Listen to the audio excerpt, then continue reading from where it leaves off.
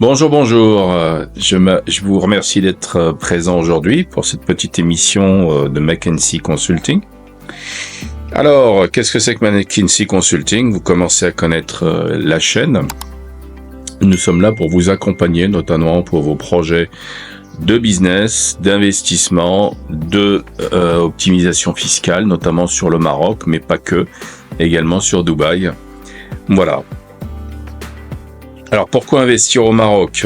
Tout simplement parce que, comme vous le savez, le dit de nombreux médias, c'est un pays d'avenir avec une croissance exceptionnelle de 4 à 6%.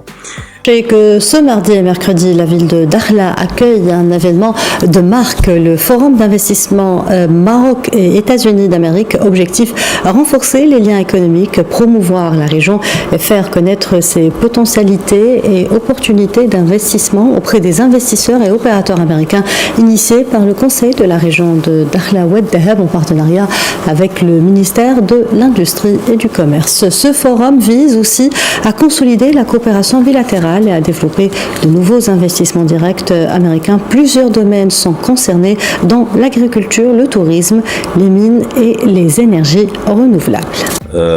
Sur le Sahara, vous avez une croissance prévisionnelle de plus de 10%, notamment suite aux accords d'Abraham et la reconnaissance enfin de la souveraineté totale du Maroc sur le Sahara.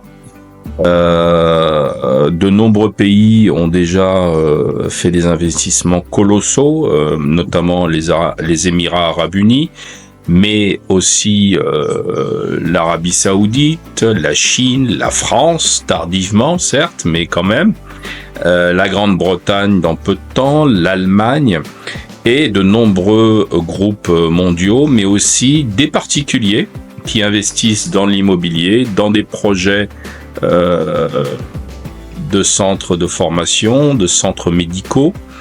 Nous aurons la chance, si vous faites appel à nous, de vous proposer des projets dans différents domaines, des projets à forte valeur ajoutée, des projets d'éducation, des projets industriels, des projets dans le domaine du médical. Sur certaines villes, vous n'avez quasiment pas de clinique, voire pas du tout. Des projets de maisons de retraite, puisqu'aujourd'hui vous avez quand même un exode qui pour moi est assez cohérent, un exode du nord pour les gens qui recherchent du travail, mais aujourd'hui vous avez un exode nord-sud pour des gens qui sont à la recherche de pays beaucoup plus prospères et sur lesquels vous pouvez sécuriser votre patrimoine. Il faut être réaliste. Le Maroc nous a remplacés. Ça ne veut pas dire qu'on ne peut pas faire des choses là-bas. Mais aujourd'hui, le leader, c'est le Maroc. Et on se pose des questions parce que ça marche mal, l'Algérie, à tout point de vue. Les relations entre les services marocains et les services français étaient excellentes. Mais je crois qu'elles l'ont toujours été, ou pratiquement toujours été. Parce qu'on se connaissait bien, parce qu'on avait travaillé ensemble, parce qu'on a fait plein de choses ensemble. Les gens qui sont les Marocains, ils comprennent mieux un certain nombre de détails ou de choses qui se passent que les Parisiens, même s'il y a d'excellents spécialistes en France. Tant le Maroc a une vraie stratégie, et comme c'est une monarchie, c'est une stratégie qui ne change pas tous les 3 jours.